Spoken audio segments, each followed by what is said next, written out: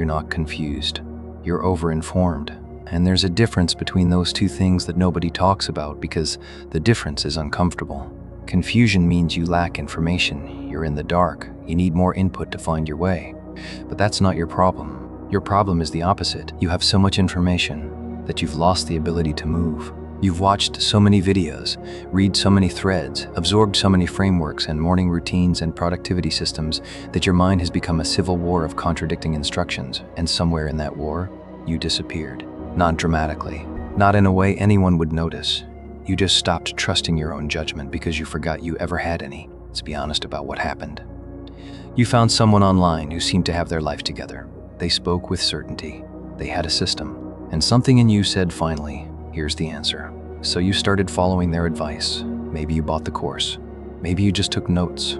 Maybe you restructured your mornings, or changed your diet, or started journaling the way they told you to journal. And for a few days, maybe even a week or two, you felt like you were making progress. You felt like this time was different. Then you saw someone else. Maybe the algorithm served them to you. Maybe a friend recommended them, and this new voice said something that sounded smart, something that made you pause, but it contradicted the first person. Suddenly, the first system had a crack in it. Suddenly, you weren't sure if you were doing the right thing. And that uncertainty, that tiny splinter of doubt, was enough to stop you. Not completely at first. You told yourself you were just being thorough. You told yourself you were doing more research. But you know what happened next. You watched more. You compared more. You started over with someone new, and the cycle repeated. This is the trap, not laziness, not lack of discipline. The trap is outsourcing your identity to other people's advice. You probably don't see it that way. You probably think you're being responsible. You're learning. You're gathering information before you commit. But let me ask you something, and I want you to answer honestly, even if it's just in your own head. How many times have you started something and stopped not because it was too hard, but because you found a reason to doubt whether it was the right thing? How many routines have you abandoned after a week? How many journals are sitting somewhere with 10 pages filled and 100 pages blank? There's a specific pattern here, and it's more common than you think. Someone watches a mentor, picks up their system, starts implementing it, and then 3 modules into a 9-module course, they see something else, a different approach, a conflicting opinion. And suddenly, those 3 completed modules feel worthless, not because they didn't work, not because the material was bad, but because contradiction appeared, and contradiction gave them an exit. It gave them permission to stop, because now they weren't quitting. They were being smart. They were pivoting. They were finding something better. But nothing better ever arrives, because the next thing will have contradictions too. The next mentor will eventually conflict with the one after that. And you'll keep moving, keep consuming, keep starting over, until you've spent years in motion without ever actually going anywhere. Here's why this happens. And I want you to understand this psychologically, because once you see it, you can't unsee it.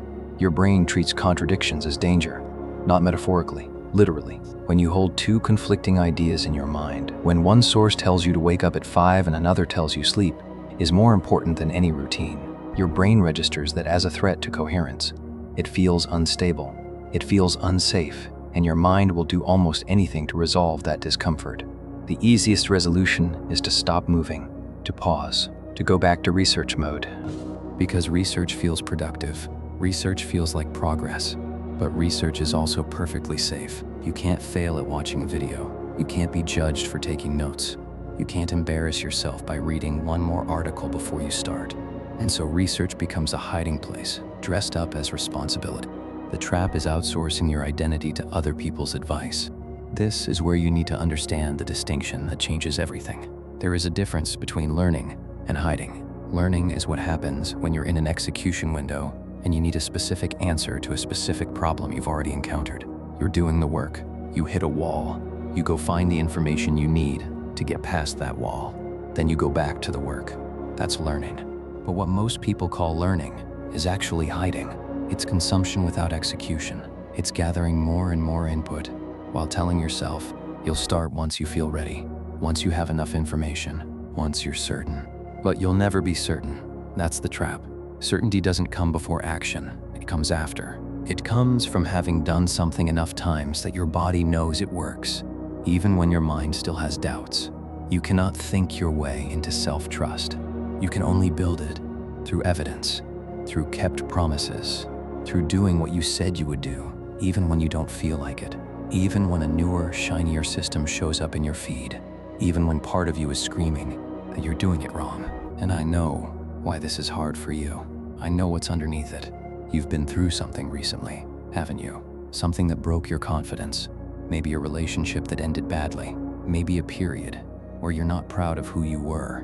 Maybe you're crawling out of a hole that you dug yourself into, and you're not sure you can trust your own judgment anymore, because your judgment is what got you there. Your choices are what led to the pain. So of course you're looking for someone else to tell you what to do. Of course, you're seeking certainty from external sources, because the last time you trusted yourself, it didn't work out. But here's what you're missing. The fact that you're seeking so desperately is proof that you haven't rebuilt yet. And you can't rebuild through consumption. You can only rebuild through action. Small action, boring action. Action that nobody will applaud, that won't go viral, that won't make you feel like a new person overnight.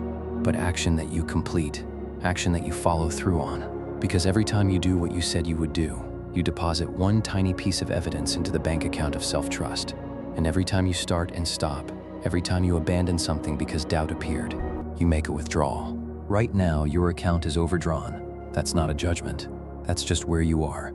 And the way out is not to find the perfect system. The way out is to pick something simple, something almost embarrassingly small, and do it for 7 days without negotiating with yourself. The trap is outsourcing your identity to other people's advice. Let me tell you what this looks like practically, because I'm not going to leave you with just philosophy. I'm going to tell you exactly what to do, and then whether you do it is between you and you. Tonight, before you go to sleep, you're going to write down 3 things. Not goals, not dreams, not a vision board. 3 non-negotiables for tomorrow. These should be small, stupid small. So small that the only way you could fail is by choosing not to do them. Maybe it's making your bed before you leave the room. Maybe it's drinking a glass of water before you look at your phone. Maybe it's 15 minutes of movement. Maybe it's writing for 10 minutes. I don't care what they are. They have to be specific, they have to be completable, and you have to be able to look at them at the end of the day and say yes or no, done or not done. And here's the part that matters. For 7 days, you do those 3 things. Not because they're going to transform your life. They won't. Not because they're the optimal things you should be doing. They probably aren't. But because you said you would. That's it. That's the only reason. You're not doing them to get results. You're doing them to rebuild the relationship between what you say and what you do. You're doing them to prove to yourself that your word means something, even if it's just to you. During these 7 days, I need you to do something that's going to feel uncomfortable. Stop consuming advice. No new videos about productivity. No new podcasts about habits. No new threads about what successful people do in the morning. You already have more information than you need. What you don't have is evidence that you can follow through. So for 7 days, you're closing the input and opening the execution window. You're going to feel the urge to research. You're going to feel like you're missing something. You're going to see a video thumbnail that promises exactly what you're looking for, and every part of you will want to click. Don't.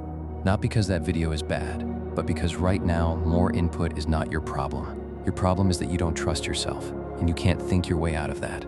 You can only do your way out of it. At the end of 7 days, something will have shifted. Not everything, not dramatically, but something. You'll have a small stack of evidence that you can do what you say, and that stack becomes a foundation. You can add to it. You can build on it. But first, you have to have it. And right now, you don't. Let me tell you, this will be easy.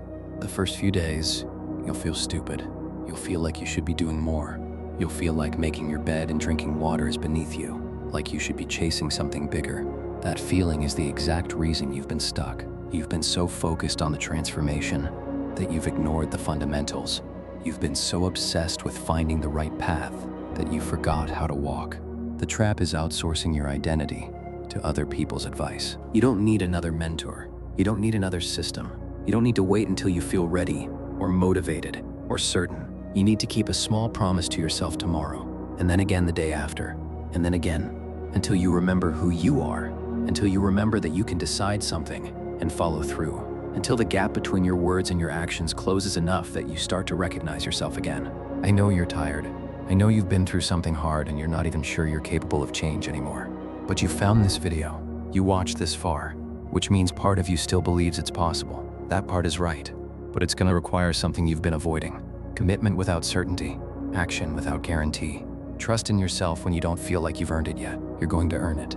7 days at a time, 3 small promises, no renegotiation. Start tonight. Stop looking for the perfect answer and become someone who follows through on the imperfect one. That's how you rebuild. That's how you come back. That's how you stop being someone who watches their life happen and start being someone who lives it. The information was never the problem. You were never confused. You were hiding, and now you know it. So what are you going to do tomorrow? Write it down tonight, and then do it. Not because you feel like it, not because you're sure it's right, because you said you would. That's the only thing that matters now.